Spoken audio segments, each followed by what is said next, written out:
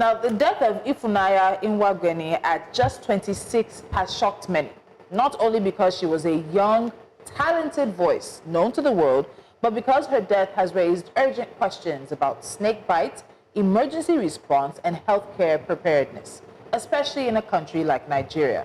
We're not here to speculate or sensationalize the loss to her friends and family. We're here to understand what happened, what science tells us, and what could save lives if this happens again. Joining us now is medical doctor and storyteller, Dr. Chinoso Egemba, aka the one and only Aproko Doctor. I don't even know, are we calling him Dr. Egemba on the show, or we're calling him Aproko Doctor? Whichever one it may be, thank you so much for joining us this morning. Thank you. Thank you for having me. Fantastic. Okay, Doc, I'll staying with Doc. If anyone follows your contents, they would realize that the video you posted reacting to Ifunanya's death showed that something got to you. So my question for you this morning is, what was that got to you, and what made this different for you? So for over 10 years now, one of the major focuses of the things I do is advocate for better healthcare, right? And I have done that with as much fervor as I can, but seeing needless deaths, like deaths that could have been prevented. And it wasn't just the fact that she had died, it was the fact that it was preventable. She didn't die because there's no medicine or there's no antivenom for snake bites, so to speak, in the world. There is. She died because it was a systematic problem. She did almost everything right in the capacity that she could. Got beaten, woke up, went to the first hospital. They didn't have antivenom. Went to the second one, and by the time, we don't know just how much time was lost, right? And by the time that happens, it's automatically puts this person at a disadvantage. But not only that, it was the fact that her death was also reminiscent of the hundreds of people that have died similarly simply because they couldn't access care. And it will continue to happen until something is done. And I just figured out that it was a very good time to actually raise awareness on that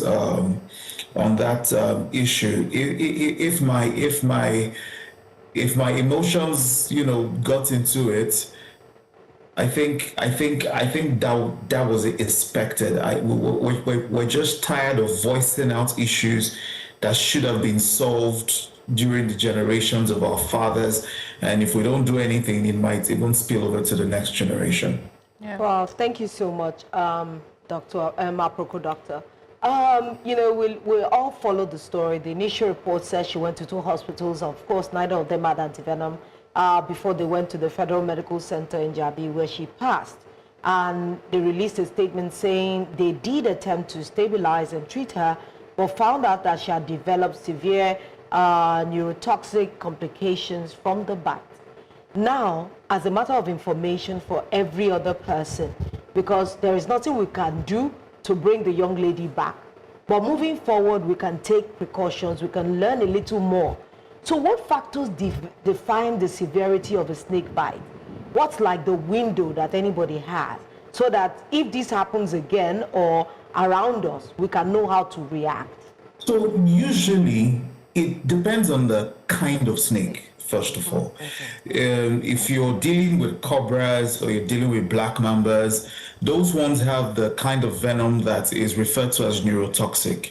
So, straight to the brain and cause things like shutting down the person's breathing, and this could even take as much as 30 minutes to 1 hour. If you're dealing with snakes like vipers, those ones are, hemotoxic. They just go into your bloodstream and then they then they start to break down your blood. This is me trying to make it as simple as possible. And then they start to break down the person's blood. The blood is life. If the blood is broken down in such a way that it becomes quote unquote useless to the person, then it affects how that person is going to be alive. These ones will usually take hours, and they could lead to things like internal bleeding, they could lead to stroke.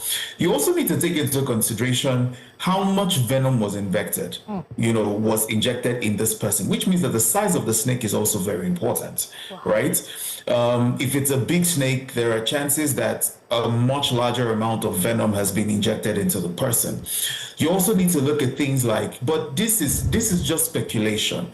There are sometimes that snakes bite people, but they don't inject venom in them. They are called dry bites, right? And then depends on how threatened the snake feels it is. And then there are other times where the snake just empties everything it can. But you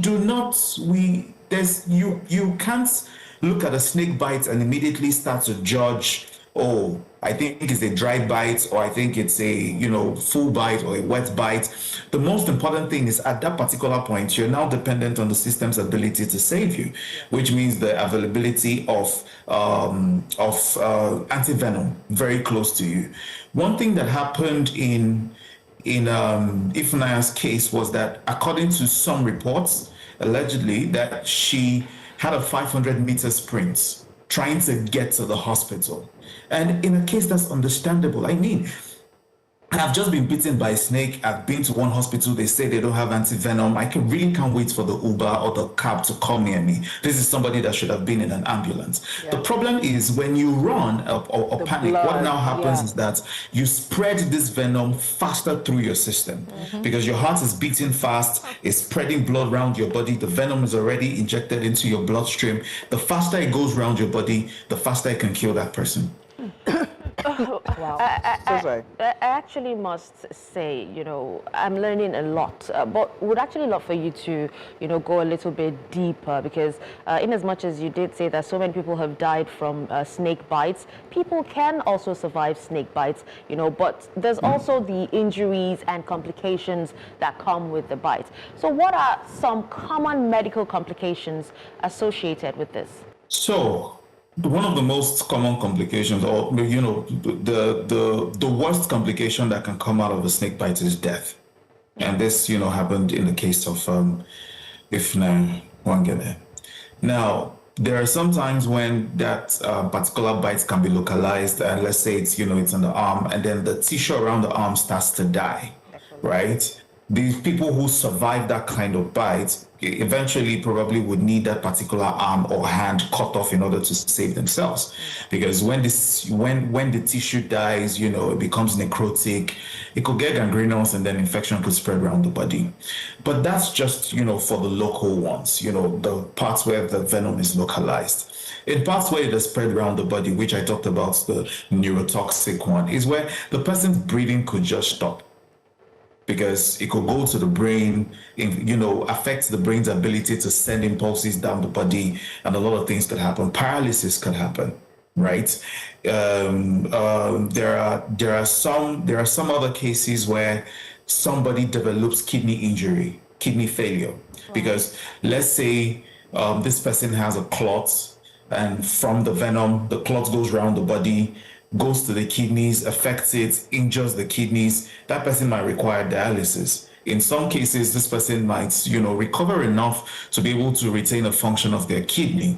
There's also blindness, and this is from, spitting cobras, right? So these are just the numerous complications that could arise even after a person has survived a snake bite.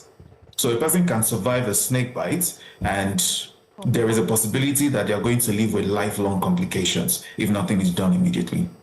I'm just looking at Catherine's face as you're talking about these potential complications. And really, snake bites is not a conversation we tend to have. We talk about Lassa fever when dry season is coming and people are warned about rats, but we don't really talk about snakes. And this was in Abuja, and it was not outside.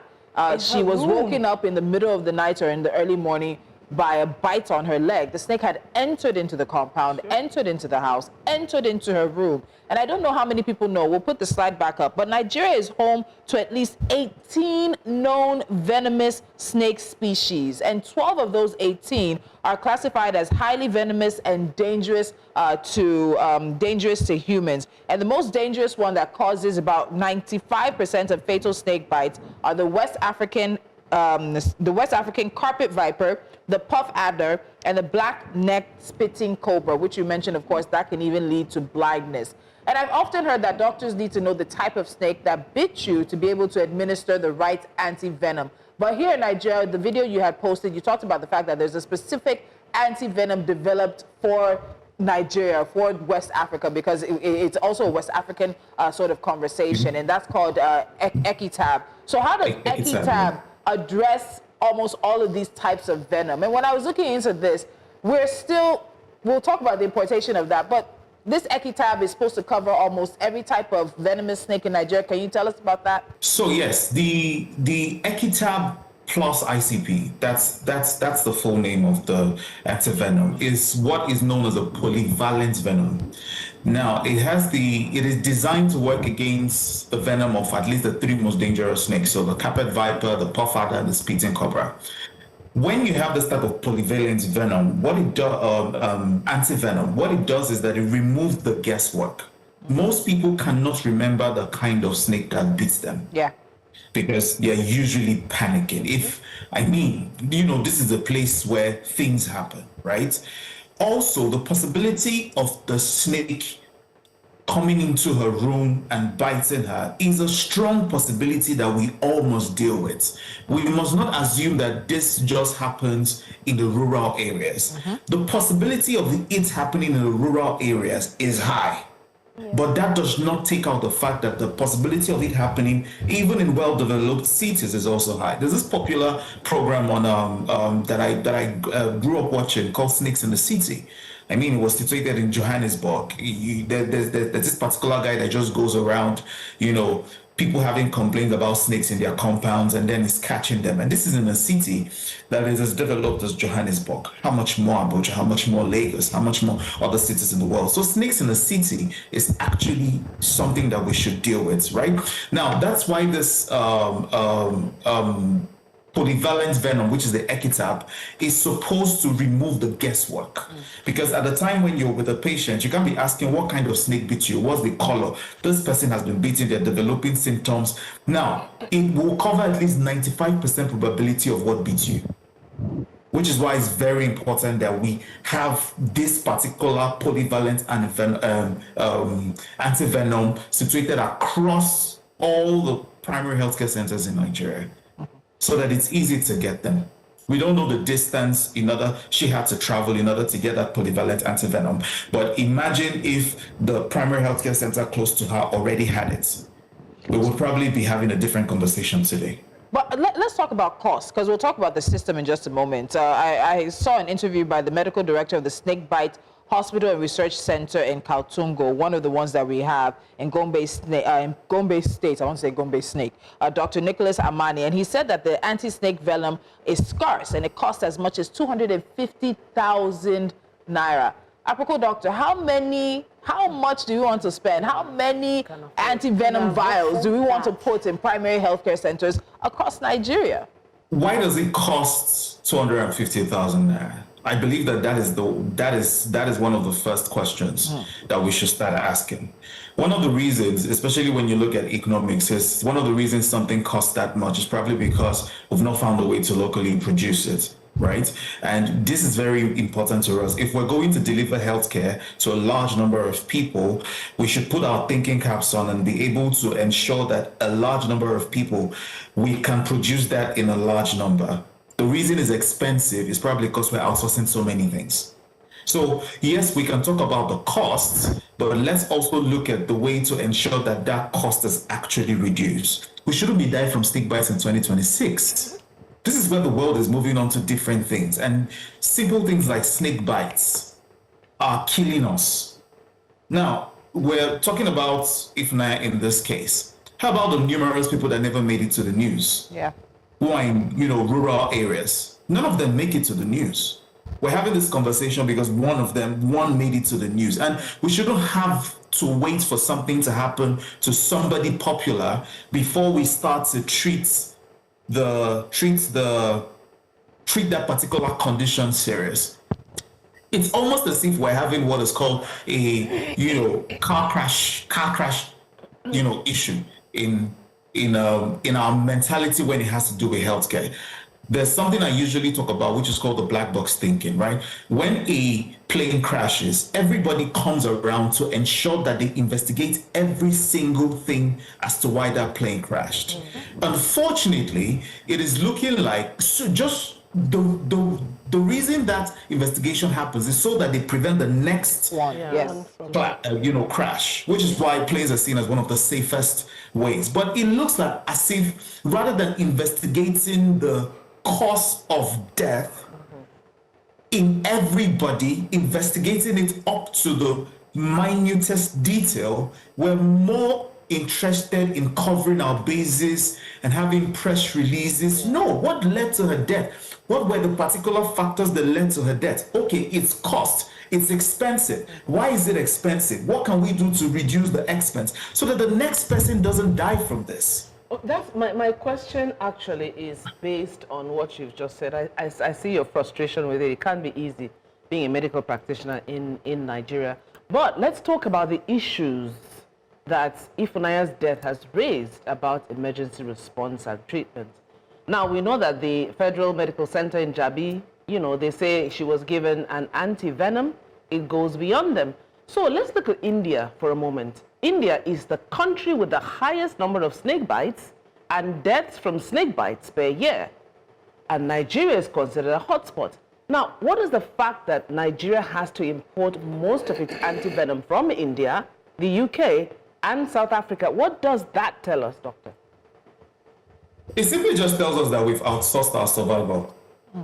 That is simply what it says, that we've outsourced our survival.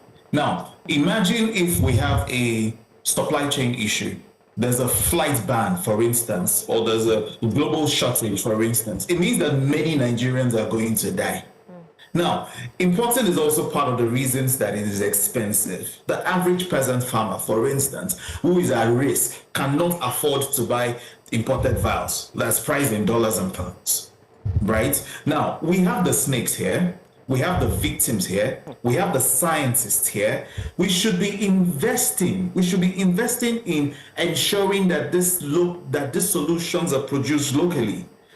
It's a national security issue, not just a health issue. And another funny thing is snake bites are also grouped under what is called the neglected tropical diseases according to WHO. One of the reasons why we don't have enough investment in those particular areas because it's probably seen as something that affects the poor and the rural. And I think that mentality needs to change, especially if we're going to make any headway when it comes to our healthcare in Nigeria. So the fact that we still import antivenoms in 2026 with Nigeria as a hotspot shows that we're not investing where we should be investing. It should be in our healthcare. We should be producing and exporting to other West African countries. When all this started, I know that you were very vocal, and of course, everybody would say what they want to say. And you did mention that it seems that we have forgotten the basics. I know the politicians build flyovers, there is construction everywhere, ultra-modern shopping complexes, things that they believe are good for the people, and they're planning for the next election. So it behoves us as a people to begin to ask, what are these basics that are being forgotten? Because maybe we might need to remind them so that part of the things that they are doing towards their planning would involve some of these basics coming back to them. So what would you be considering to be these basics? So the basics are simple. Nigeria has 774 local governments, right? It is the basic that at least you have one functional primary healthcare center in each local government. That is there. This will reduce the distance people have to travel in case of emergencies. And that is also because the first primary point of call in every functioning country is the primary healthcare center. We cannot overemphasize that. Now, because the primary healthcare centers, a lot of them are not functioning the way they should, people have removed the trust from the primary healthcare center and then they've put it in roadside chemists, they've put it in other, herbal medicines, they've put it in, pharmacies, rather than going to the primary healthcare center. And that's because the basics are not there. We usually just paint over a building and then we think that that's what makes it basic. No, it's not. Power supply is also one of the basics that needs to be there. Because for you to have the antivenom in these particular places, you need a constant cold chain system. It means that you need 24/7 power and electricity in order to ensure that these antivenoms are still potent, because it's supposed to be stored between 2 and 8 degrees. If it's stored outside of that over a period of time, what happens is that antivenom loses its potency. So even if a patient comes and you give that person that antivenom, it won't work. So that patient dies even though they've received an antivenom. So it means that cold chain system has to be important. It's also used to, supply vaccines, and also can be used to store antivenoms. We need a logistic system to ensure that antivenom is moved from storage to patient, or from one primary healthcare center to another, primary healthcare center that is close to each other before they die. When you come to the primary healthcare centers, you need things like oxygen, especially in the case of this lady who, developed respiratory failure. Oxygen, fluids, and trained staff. I dare say that a lot of primary healthcare centers across Nigeria do not have these things. And you also need trained staff, because it is the trained staff in that particular place that will be able to decide if this person should be transferred to a general hospital or to a tertiary center. Patients walking into a tertiary center is an anomaly. The tertiary centers are left for the really bad cases. But we have cases where tertiary centers don't even have beds, because the people that should be in the general hospital or should be in the primary healthcare centers are coming to the tertiary centers, and that's overburdening the ability of that tertiary center to actually reach the people it's supposed to reach.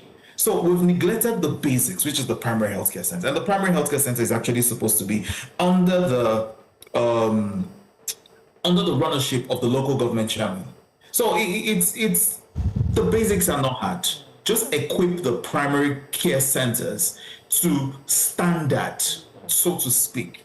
Ensure that anybody who walks into that place in an emergency at least has a chance at life.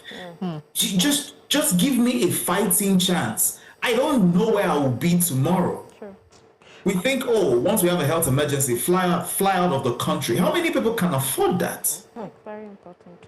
All right, Doctor, those who have been following you know that you've been on a drive to encourage Nigerians to know their primary healthcare centers and also to demand better there.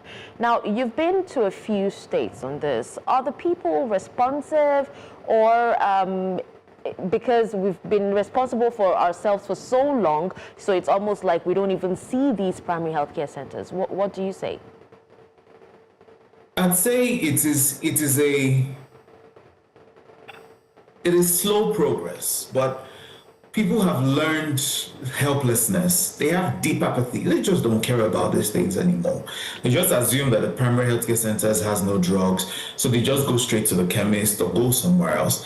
You could see that the conversation, especially now, when this whole case came to limelight, was what are the herbal remedies for snake care, for snake bites. People were putting things like blackstone. Somebody says chew this leaf, and when you watch these things, it fills you with a sense of sadness, because you just realize that they've given up on the health care. Yeah, they have. So they are looking for that mama close to them who has dealt with snake bites or this blackstone. And one thing that does is that it opens up the room for unscrupulous individuals to be able to take advantage of these people. Because I can come out tomorrow and say, I have a blackstone that can cure this, and people will rush it because they are afraid, they are scared. But rather than calling out the systems that should be put in place to ensure that I have a chance at life, we just end up fighting ourselves. But what we're trying to do is to ensure that this is systematic and not just a flash in the pan, which is why we started this even as far as last year, and we will continue until we'll see measurable progress. so to speak. So we're going around, we're recruiting people who can hold their local government chairman at least responsible to be able to ensure that the primary healthcare center is working.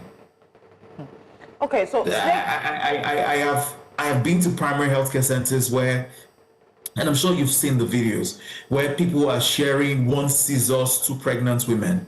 Nigeria has one of the highest rates of maternal mortality in the world. One of the causes is,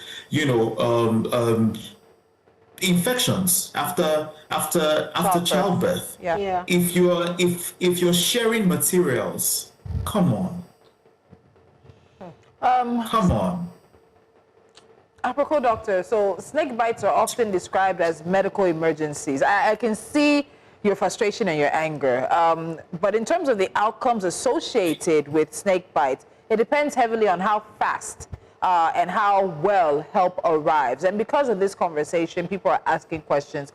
I'll ask you something else after this, but please tell us, what is the process? What should one do if one is a victim of a snake bite or helping someone that is? And what should it be done as well? I have a question for you before we wrap up. I think one of the first things I would say might sound strange, and which is do not panic. But that seems like a tall order to a lot of people, but I will continue saying it until people get it. Do not panic. When you panic, your heart rate increases, and it increases the rates of the spread of the venom across your body. The second thing that needs to happen is do not tie a tourniquet or a rope. I released the video yesterday on the first aid to do. Rather, what you do is you immobilize the limb. So let's say it's on your hand or on your leg. You ensure that that hand or leg does not move at all. Because if it moves, it spreads in, gets into your, a bloodstream and just goes around your body. So you need to immobilize that, arm as much as can. Treat it like a fracture. So just think of a snake bite as a fracture. Splint it. Ensure that it doesn't move. Calm down. And then move to which is why we still talk about there's only so much first aid can do. You're not supposed to cut the wound. You're not supposed to suck it out. You're not supposed to use Blackstone because that just elongates the process. Now, it is very important that you get to a hospital immediately where the antivenom can be given to you, which now raises the question, do we have proper ambulance services? Can people be transported from one place to the other without moving the particular arm? Because moving the particular arm while trying to force me into a car might probably spread the venom around my body. So at the end of the day, this still requires a lot of factors to come into play. It is not just something as simple as Okada jam his leg. This is serious. It's already in the body. So aside from the splinting and the immobilization, some people say still there are some reports of some people in Australia who have survived snake bites by laying completely still, right? But then again, you don't know the kind of snake, you don't know the size of the snake, you don't know the amount of venom that has been injected into you. So that is not something that we can recommend, like completely still. You have to get to a hospital, and it is very important that the first hospital you get to has the antivenom for you. And I think maybe not just the antivenom, also has the oxygen you mentioned earlier, has the basics, and is your first and last stop. So the last question I wanted to ask you, because I watched your video and I saw the frustration, and further on in the video, you talked about the entire medical system. You talked about the fact that some doctors have been on strike, and it's like life is continuing for many in Nigeria. And do we adequately really understand what the lack of investment, the lack of finance going into Nigeria's healthcare system is costing us as a country? We took a look at the healthcare budget over the past several years, and I think this year is about, I'll get the numbers, we'll have the slide come up in terms of the proposed healthcare budget for this year. But we're still not spending as much money on health as a country as we are on so many other things. Are we adequately taking cognizance of the fact that we are not giving people a chance to survive every time they walk into a primary healthcare center a government hospital every time they walk into a tertiary level healthcare center as well. What do you think? I think that, first of all, we're not spending enough on healthcare. And I think it primarily boils down to the fact that healthcare is not seen as something important. And this mentality even goes to how we treat other things, right? For example, if you go to crowded places, you're supposed to have a defibrillator, you're supposed to have an ambulance, you're supposed to have somebody who understands first aid. But how many parties have you been to in 2025? Let's just start from 2025, that at least have an ambulance or somebody who understands first aid on ground. Right? So it shows even how we personally, how we as the public treat healthcare. We don't see it as something important. And it starts from valuing a human life. The value of a single human life is very important. Because when we do that, we're able to say, okay, because human life is very important, we need to be able to invest more in healthcare and the systems surrounding healthcare.